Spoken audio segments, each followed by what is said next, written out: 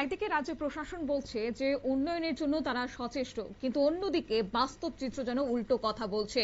ন্যূনতম যোগাযোগ ব্যবস্থার অভাবে চরম দুর্ভোগে পড়তে হচ্ছে সাধারণ মানুষকে। রাস্তা নেই, ভেঙে বিলুপ্ত হয়ে গেছে কালভার্ট, অথচ বছরের পর বছরও নেই কোন রকমের সংস্কারের উদ্যোগ। এমনই অভিযোগ উঠে আসছে মান্দাই বিধানসভা কেন্দ্রের দীনবন্ধু নগর এলাকার বাসিন্দাদের ক্ষেত্রে। ঘটনাটি 11 নম্বর মান্দাই বাজার বিধানসভা কেন্দ্রের অন্তর্গত দীনবন্ধু নগর ভবচন্তাই থেকে কামানমুড়া যাওয়ার রাস্তার। স্থানীয়দের অভিযোগ, এলাকায় আজও সামান্য ব্রিক সোলিং পর্যন্ত হয়নি। কাঁচা রাস্তা দিয়ে প্রতিদিন ঝুঁকি নিয়ে যাতায়াত করতে হচ্ছে শিশু থেকে শুরু করে বৃদ্ধ এবং কর্মজীবী মানুষদের। এক্ষেত্রে কি বললেন স্থানীয়রা, শুনুন।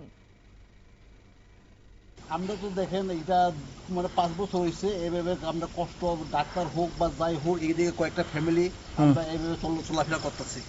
হ্যাঁ, আর এদিকে একটা হাই স্কুল আছে, আমাদের কামারমুড়া হাই স্কুল। হ্যাঁ, অনেক পুরান ধরনের 1950 সালে এটা স্থাপিত হইল। হ্যাঁ, স্কুলতে খোলাফান এভাবে স্কুলে যাইতেছে। আর ওই মাঝখানে একটা ফুটব্রিজ সরকার আওয়ার পর হয়েছে, এর মধ্যে কাজটা এটা হইতেছে না। আর এখন এনআইটি কাছে, এনআইটি এটা দিয়া 2 কিলোমিটার কেবি হাই সেন্টারে আছে। আর আমরা বাচ্চারা খোলাফান এই পাহাড়গঞ্জে প্রাইভেটের প্রবলেম লাগে, সরকারে এইভাবে যাইতেছে। আর নদী বন্যার দিকে হইলে তারা কষ্ট হইতেছে এইভাবে। আর ওই আপনি এমএলএ সাহেব তো আমরা 2018-তে বিধানসভাতে আনছে, ফুটব্রিজ হয়েছে।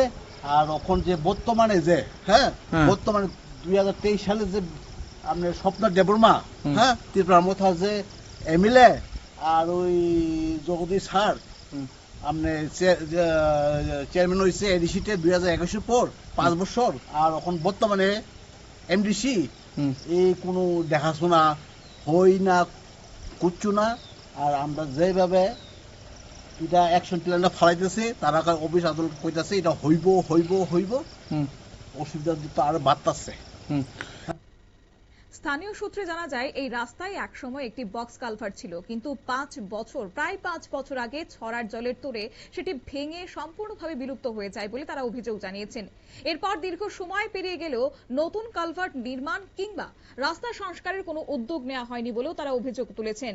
এলাকাবাসী আরো বলছেন যে বিষয়টি বারবার সংশ্লিষ্ট দপ্তর, জনপ্রতিনিধি এবং প্রশাসনের নজরে আনা হলেও এখনো পর্যন্ত কোনো রকমের কার্যকরী পদক্ষেপ নেওয়া হয়নি, যার ফলে বর্ষার সময় দুর্ভোগ আরো কয়েক গুণ বেড়ে যায়।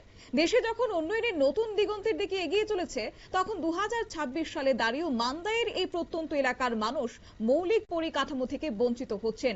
রাস্তা, কালভার্ট এবং পানীয় জলের মতো প্রয়োজনীয় পরিষেবার দাবিতে সংবাদ মাধ্যমের সামনে প্রশাসনের কাছে দ্রুত হস্তক্ষেপের আবেদন জানিয়েছেন আজ এলাকাবাসী।